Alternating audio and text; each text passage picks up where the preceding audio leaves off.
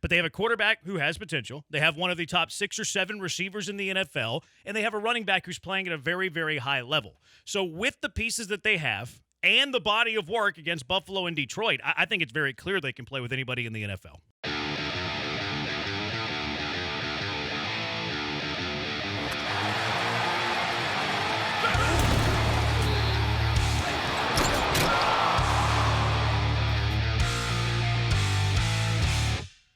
I was listening to DeMeco talk after the game Monday night, and he talked earlier today. Now, some good news.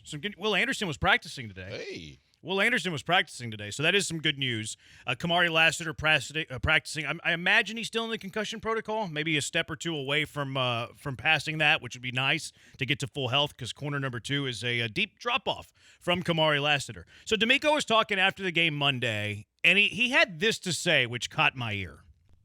I just want our guys to remain focused, remain locked in, and locked in on the task at hand each and every week. And if we do that, we're a really good football team, right? And that's something we knew last week. We're a good football team. We can play with anybody. It's just about finishing. There you go. So I want to break down what he said and talk about if the Texans can play with anybody. I don't know if after the Dallas game, like even if you believe this to be true, and I think DeMeco does believe this to be true, but even if you believe this to be true, I don't think that the timing of saying it after you beat the Dallas Cowboys is really the time to say that. Like after Buffalo, okay, I'm here for that. But you go into Arlington and you beat the Cowboys, who are a really bad football team and they haven't won at home all year long, and you're like, okay, now we've proven that we can play with anybody in the NFL. I don't disagree with DeMeco. I don't know how I feel about the timing, though. No, I understand that. I think that, if the timing would have been better if you came off the Buffalo game, right? When Buffalo was riding high and you said, hey, we believe we can play with anybody in the league. Then you're making a statement on top of a statement. When you're beating a team that pretty much everybody's been beating, especially in Dallas this year, it's a little different. But I think that it's also the fact that as much as they want you to believe they're not hearing the outside noise, although they've indicated from time to time that they know what's being said, the fact is I think that they feel like to the outside world they have a lot to prove, and they have a lot of living up to do for what a lot of people set as the standard expectation for this team this season.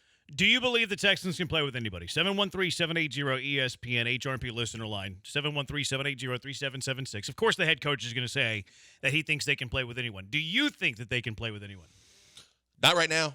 I don't. I think that there's a lot still to be proven to me in terms of can you maximize what you have on this roster to get the most out of this team in this season. I think we talked about it when I said I felt in a lot of ways after the Cowboys game they were closer to the Cowboys than they were the best teams in the AFC, because the best teams in the AFC, yeah, they're like the Texans in that, like the Chiefs, they have a great defense. But they also have an offense that can click on, almost all their cylinders. They can get the most out of their running game. You have Patrick Mahomes, their passing game, no matter who's catching it seems to work for them.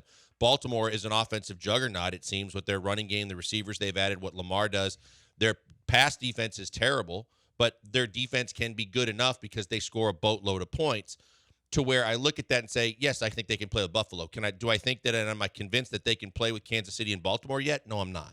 Okay, I'm on the other side of this. And look, I think that the Texans are going to be a divisional round team, be eliminated before the AFC Conference Championship. But do I think they can play with anybody in the NFL? I do. I think they've proven that they can play with anybody in the NFL. They've played two of the better teams in the NFL, and their schedule is not like this murderer's row. They don't have the top strength of schedule in the entire NFL, but they have played two of the top 5 teams in the NFL. Lions are very clearly a top 5 team in the NFL, and I think Buffalo is very clearly a top 5 team in the NFL. Now, you did play both of them at home, but they beat Buffalo. I think that they beat Buffalo kind of sounded. Like, I think that they kind of handled them, actually. Like, yes, I know you won by 3 points, but that was a game that they could have put away pretty early. So that was one to me where they proved that they could play with the upper echelon of the NFL. I think they proved they could play with the upper echelon of the NFL against the Lions. That was a game where they very well could have won and probably should have won. So they've proven to you twice that they are capable of playing with anyone. Now, am I expecting a deep playoff run? No, I'm not. But that is playing with some of the upper echelon teams. 2 of the top 5 teams in the NFL, they're 1-1 against. In the game that they lost, they were up by 16 points. I think that proves that they can compete with anybody in the NFL. Plus, they have pieces that I really like. Like, what do they do against opposing quarterbacks? they've made Josh Allen, who is probably the number 2 favorite to be the MVP right now, look super pedestrian. They made him look awful, actually. He was 9 for 30 in that game.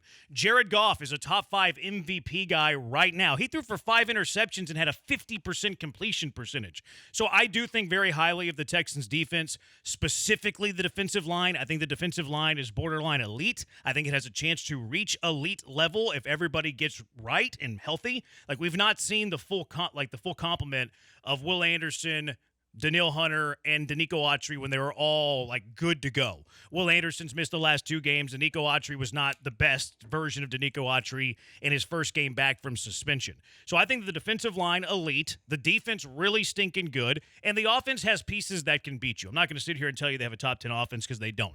But they have a quarterback who has potential. They have one of the top 6 or 7 receivers in the NFL, and they have a running back who's playing at a very, very high level. So with the pieces that they have, and the body of work against Buffalo and Detroit, I think it's very clear they can play with anybody in the NFL. You know what? I think that the bigger thing to me, to why I would say that I have my doubts, is because, yes, they do have a lot of weapons. I do love their defense. I think that they have to be healthy. I think that other corner position is a little bit of a worry to me. We've seen the fact that if they get light at linebacker, it could be a problem.